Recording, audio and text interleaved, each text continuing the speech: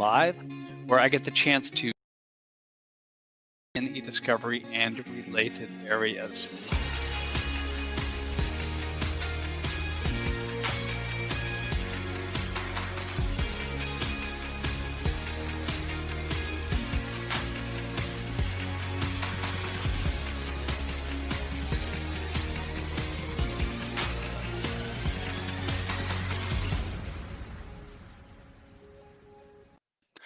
Welcome to eDiscovery Leaders Live, hosted by ACEDS and sponsored by Reveal. I am George Socha, Senior Vice President of Brand Awareness at Reveal. Each Friday morning at 11 a.m. Eastern, I host an episode of eDiscovery Leaders Live where I get the chance to chat with luminaries in eDiscovery and related areas. Past episodes are available on the Reveal website. Go to revealdata.com, select resources, then select eDiscovery Leaders Live Cast. This week, our guest is David Stanton. David is a partner at Pillsbury. He's been at Pillsbury since 2004 and has put together an extensive list of accomplishments, which I will not try to detail in all of them. But I'll just point out a few things. First, David leads the firm's innovation law and eDiscovery practice, where they take a multidisciplinary approach to the operational and legal challenges of large data sets in litigation, internal investigations, and mergers and acquisitions. He's also proficient in cybersecurity, privacy, incident response, those areas that border on eDiscovery or on which eDiscovery borders. He collaborates with in-house lawyers and IT professionals as well on implementing robust information governance programs and related policies and procedures. Among other things, he created Pearl, which is Pillsbury's eDiscovery Alliance of Resource Leaders. He's been recognized by Chambers Global, Chambers USA, the Legal 500 US, and Who's Who Legal. Before joining Pillsbury, he was an attorney at Chadbourne and Park, and before that at a firm, another firm, Troy and Gould. David has his BA from St. John's College and his JD from University of California, Berkeley, Bolt Hall School of Law. David, welcome. Hi, George. Yeah, thank you. Thanks for the introduction. I'm glad to have you with us. I'm glad to be here. I'd like to start with your journey of the last 5 years and the transitions that you've gone through, such as the transition to cloud. Yeah, sure. So, as you mentioned, I'm a litigation partner. I've been sort of working in this eDiscovery space, I guess it's for a couple of decades now. And, like many people kind of sided into it, right? At the time that I was coming up, there wasn't a career path that really existed around eDiscovery. So it just kind of happened by happenstance, and maybe I had an aptitude. I'd grown up in a family that, was exposed to a lot of computers early on. And so just sort of fell into managing this thing called email back when Discovery was early on. And I just had that faculty, right? I was just that kind of an attorney, as I'm sure many in the audience are, who just sort of had an interest in technology, had an interest in dealing with these kinds of challenges and problems, and just over time took on more and more responsibility in that area. And out of curiosity, was this something that you actively pursued from the onset? Or were you like some of us where you said, this is really eDiscovery, I don't want anything to do with it. Please don't pull me into this.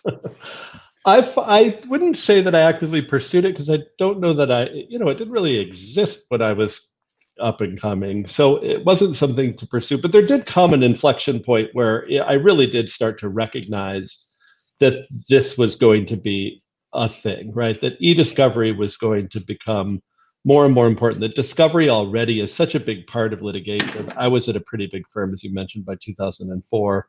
And, most of what the cases were about, for better or for worse, was the discovery process. And, more and more of those matters were involving data. And, I enjoyed getting to know all of the vendors and all of the sponsors and going to conferences and just kind of educating myself about this entire space. And so, you mentioned this last 4 or 5 years, and this is a bit of a windup for that, but,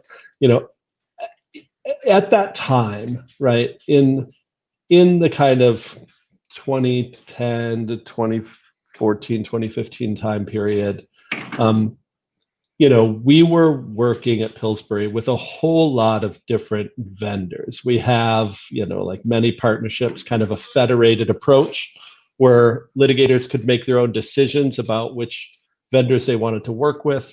The eDiscovery operations happened in a very transactional way. They were kind of based upon a case, and a matter came in, and you put out bids, and you got, sort of some offers to do the project, and you selected your vendor and you kind of ran with them. And it was all pretty informal at the time. And, we saw that, for a while, we tried to kind of embrace it. We tried to improve upon it and put some stability into those systems. And we pursued that through that operation that you talked about when you made the introduction that we called Pearl, where we identified a select handful of vendors and got to know them, put together master services agreement, standardized our contracts and terms with them, made it much easier to kind of onboard those relationships and bring those folks, into a matter, gave kind of a panel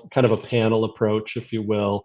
And, that was fairly successful. It was somewhat helpful. But what we found is that our efforts at stability were kind of fleeting, because every one of the organizations that we made a relationship with continued to evolve internally. They continued to combine with other organizations. The project managers that we got to know got reassigned or left or went somewhere else. We didn't have any control over what was happening inside the organization around those kinds of decisions. And it continued to be very difficult to sort of manage and maintain this multiplicity of vendor relationships around eDiscovery projects. And at the same time, you started to get a lot of breach activity out there, and data incidents became more and more notorious, and we saw a risk for the firm. And one of the perspectives that we at Pillsbury have on all of this is that we are fiduciaries around client data. When we are litigating a case or working an investigation, and we arrange to take custody of a client's information assets, we have an obligation. Our duty of confidentiality, our duty of supervision, our duty of competency attaches to those data assets. And we need to operate mindful of those risks and responsibilities.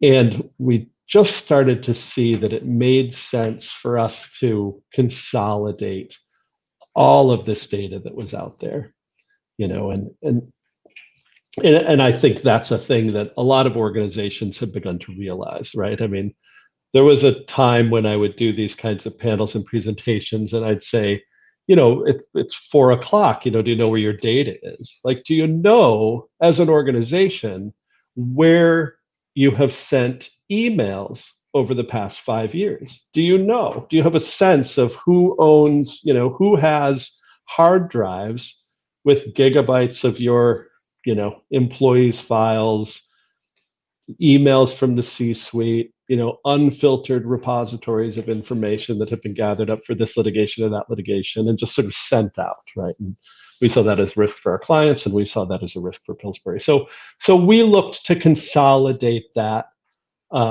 operation internally, and effectively to kind of in-source the eDiscovery vendor operation, to build our own alternative legal service provider inside the firm. And so that journey over the last 5 years has been about situating that operation internally, identifying an appropriate technology stack, championing the program, getting the approvals, putting a staff and a team together, and then sort of building and maturing that operation over time. So one of the number of challenges there, I'd like to touch on one part first and then come back to, in some ways, the bigger issue of how you actually do all of this. But one of the challenges historically has been that this is a law firm after all. And partners feel rightly or wrongly that if there is a set of preferred providers or a set of preferred tools, those are just preferences. Right. They can use other things. And then you also have clients who say, yes, we understand that you want to do this, but here's how you're going to do it, or here's how you would like to do that. How do you address those parts? It's a good question, right? And I mean, we've been dealing with those for a while. So I see them as very different types of clients, right? While my partners are in a big way my clients, the firm's clients have kind of a different relationship. When firm clients have made a decision and they've gone through the process of identifying and selecting appropriate vendors to handle their eDiscovery projects, it's very rare that we will contradict those decisions. Sometimes we see that as having been a decision that was made and perhaps not thought through, or the resources that the client's vendor has might not be appropriate, or we think that they'd be better off to work with Pillsbury directly, and we'll lobby to get that work. But we tend to fall in line and work in those relationships, and normally it works out great, right? I've long said, like, organizations should centralize their data. They should centralize their eDiscovery operations. They can do that through select vendors. They can do it by hiring things in-house. They can do it by engaging a firm like Pillsbury who has those operations. But they should, as they mature, they naturally tend to head in that direction. And so the more mature organizations seem to have that sorted out to some extent, and we work in that. With the partners inside the firm, the sort of internal clients that we deal with, it's a little bit of a different relationship. On the one hand, yes, like, you're a sophisticated person, you're a sophisticated partner at a big firm. Certainly, you should have some prerogative to guide, your case in the directions that you want to go in. Oftentimes, though, those decisions historically have sort of been made without a lot of forethought, and perhaps based upon relationships, and not necessarily thinking through the consequences of those, how that might affect the case or the relationship with the client over time. And at the bottom line, when it comes to kind of dealing with the partners, I think anybody who's sort of in my position, or a position like mine, where they're trying to build an internal operation, you have to compete on value. You have to prove to your internal facing clients that they are better off to work with the firm's own team than to do that through third-party vendors. And I think over time we've been winning most of the work that comes in our direction. So to compete on value, you've got to put together that team, you've got to put together that platform, and you have accomplished this entirely or to a large degree. How have you gone about doing that? We've been lucky. We've had good sponsorship, but we've sort of tackled a few challenges that I think are going to be common for anybody who's dealing with this kind of thing that are worth thinking about. So one is, who's advocating for this, for this opportunity, for building this out, right? I mean, clearly, like, I was on board with it. We also, in Marty Metz, Pillsbury's former CIO, we had a tremendously supportive, sponsor at the C level who was, communicating regularly with the firm's board, and was able to articulate the value and help people to understand how the firm was going to be addressing the risks. There's no substitute for that kind of relationship. Again, I think anybody who has eDiscovery learns to value the relationship between legal and IT. When you're doing what I do inside the firm, that becomes a really instrumental relationship, right? It's really key for us to have strong connections between our group of attorneys and the firm's own IT department. So that was huge. And we sort of won approval by the board, and we had folks who gave us considerable autonomy to go about sort of doing what we needed to do. And then, we had to hire. So, we were transitioning folks in-house. We also had an opportunity to hire out an outside director. Again, we got really lucky. We ended up with somebody who was just fantastic, and Gordon Moffat, who's at the firm here. And, on the review side, so we run a technology shop and we also run a review shop. On the review shop, we sort of started small and then worked with a lot of flex staff and managing that sort of thing. And over time, we brought on more and more full-time people. But, obviously, having good people, having their morale be good, having them see a vision for an operation internally that we can build together to sort of have that entrepreneurial spirit be alive and well inside of a law firm is kind of it's a gratifying thing, and it's a really important thing about putting a team together that's going to collaborate and be successful. And then finding good technology. We've looked to distinguish the firm and to make ourselves competitive around the technology stack that we have put together. And I think we've done a good job with that.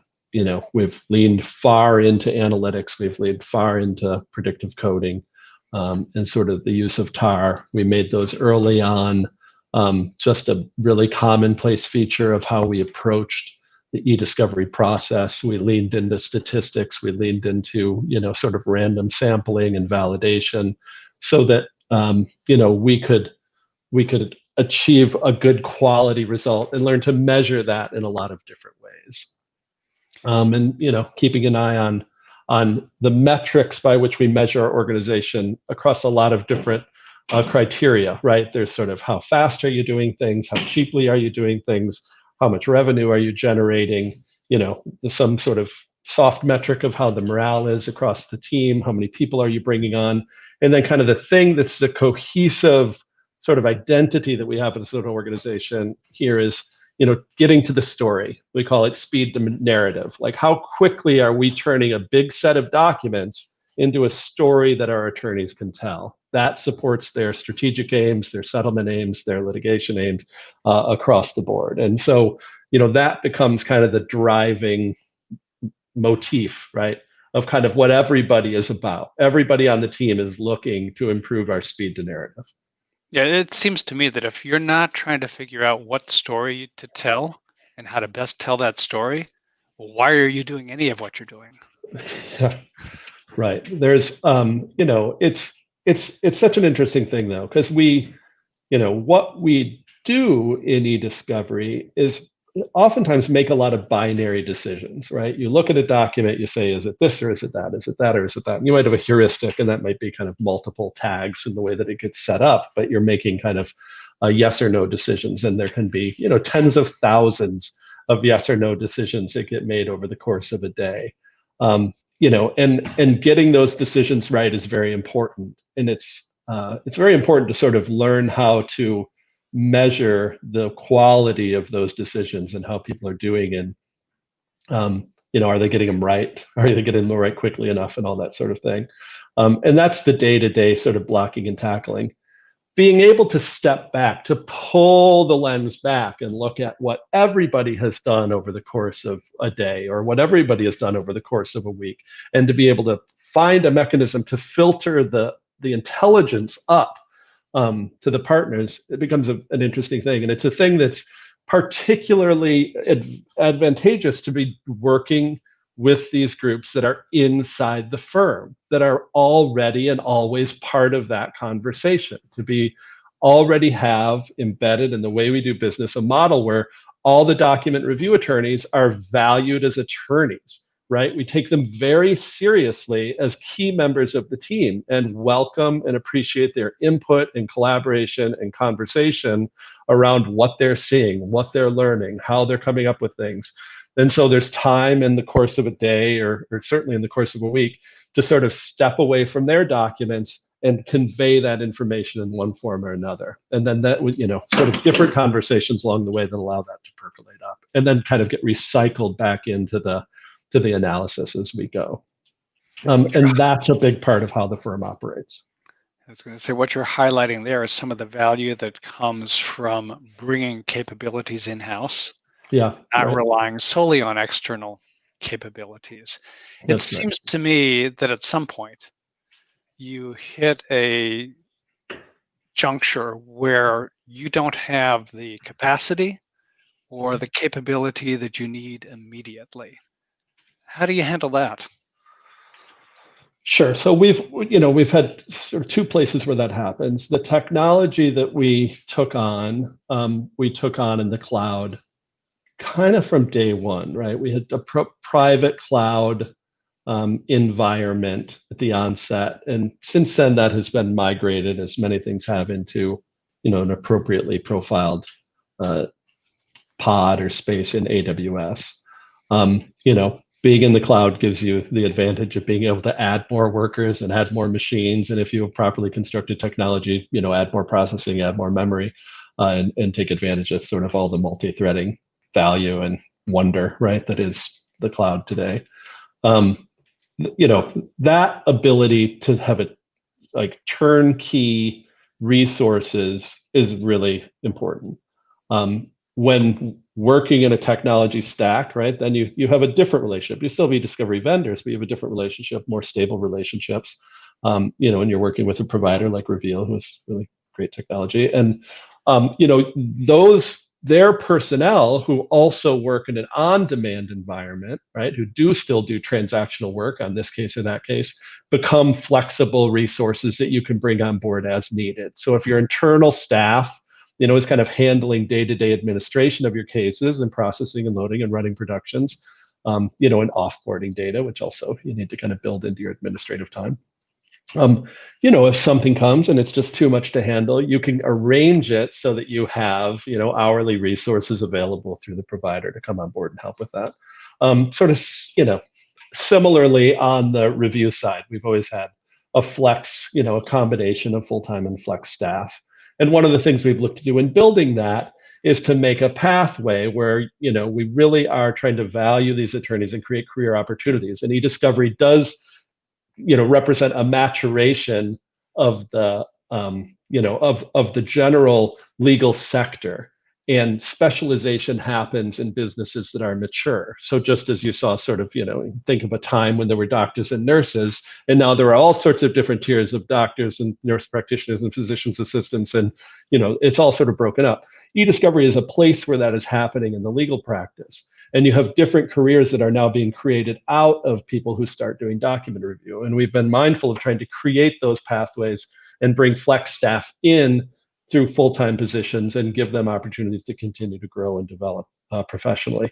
But that flex staff pool, creates a body of individuals that we can call upon to handle, the cases that we don't have the resources to do ourselves.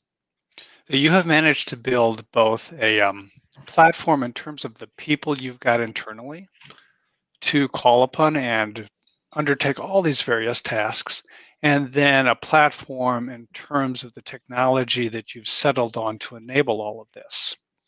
Right. You've moved from ad hoc and transactional to something more unified, coherent, and the like. Where do you go next? Well, it's getting fun, right? So, we've enjoyed a bit of success. I think we've proven the model to the firm. We've demonstrated to plenty of partners that we are good at this and we know what we're doing. And, we see them as kind of repeat business, if you will, and, are very much supporting their practices. There is kind of just continuing to grow in our own ability, right? Where do you take a bunch of eDiscovery lawyers who are really good at what they do? My sense is you get them better and better at telling that story, right? There's professional development around being better at searching, being better at analyzing, being better at converting what you've learned in a document set into, consumable products that you can deliver over to your, the case teams that you're supporting. We're having a lot of fun looking at different artificial intelligence capabilities. And, we have incubated a setup with a data scientist, Alexis Mitchell, who's working with Pillsbury through her organization, Implicature, And building out customized AI capabilities that are sort of assets of the firm that will allow us to automate and script things that we do all the time. In particular, we can use AI to sort of look back and do quality control measures and metrics and sort of identify outlier reviewers early on so that we can take corrective action to kind of bring them back in line. We can use some combination of AI and regular expression kind of filtering to create very interesting chronologies of cases where we can select certain sets of documents and pull up material and start to display it in a reported format earlier in the case than otherwise you could. We can use it to detect things, and I know you guys are at the fore of this, around detecting incidents of privilege or material likely to be confidential or things that look like different types of contract clauses that you might be particularly interested in. And there's just a whole world of classifiers, right, and ways to to kind of take what we're doing day in and day out in coding documents and turn that, not just in a model, a tar model that we're using on one case, but turn that into models that then we can apply to every case. And with a lot of client data running through the firm, being exposed to these kinds of analytics, it gives us a really unique opportunity to build models that are useful to our clients. So that stuff has been really fun. And then continue to try to just keep growing and do this better and better. So in the time that's remaining, I'll pose one final question, which is that if you could have no limitations whatsoever, no restrictions whatsoever, what would you want out of your ideal eDiscovery platform? So it's a great question and a fun one. I would want to have a group of people who are, gratified in what they're doing and are continuing to be challenged by, sort of interesting and important, legal challenges, right? Legal problems. That's what we're doing. I mean, we are a group of people and we are looking to grow and get better and better at what we're doing. So there's something about kind of in this platform, you can't leave out the technology piece of it. And that's in a way the most exciting these days. But you don't want the platform, it's no good if you have a really great platform and it doesn't sort of enthuse your people to want to be working on it and make them develop a kind of expertise. So, on the flip side, then you get into the technology, and that's where it's getting really, in my view, very interesting, because I think what's happening around eDiscovery, we've sort of gone from, a variety of different platforms out there that can do the basic functions of, presenting, processing, homogenizing data, presenting it, and providing sort of a templatized environment for people to go about classifying those documents and put them into different buckets. And then that's kind of where it stops, right? What's happening now is we're finding more and more capability to go in and mine that data early on. So, my ideal systems have different levers that allow me to go in and apply different filters to mine out certain components of data, to display with a lot of data visualization, different identities and different components and characteristics of the data that's in front of me, to be able to automate a lot of that initial assessment, the initial sort of shaking out and sorting of a data set. I think that there are, being able to bring in every kind of data imaginable, right? I need a system where I don't have to worry if somebody's in Slack or Teams, whether I'm going to be able to display it or not. I need a system that's going to be able to handle all sorts of different languages. It's going to be able to handle all sorts of different data types. And, on the AI front, I need a system that's going to learn from my work, that's going to learn from what I've done in one case and allow me to apply that understanding in the next case, just as I would, if I were training up an associate, where the technology really becomes an integral part of how you practice law. Okay, David, thank you very much. David Stanton is an eDiscovery partner at Pillsbury. Thanks for joining us this week. Next week, we will have our guest next week will be Kevin Clark, who is litigation support manager at Thompson Knight. Thank you all very much. Again, David, thank you. Thanks, George. Thank you very much. I appreciate the opportunity.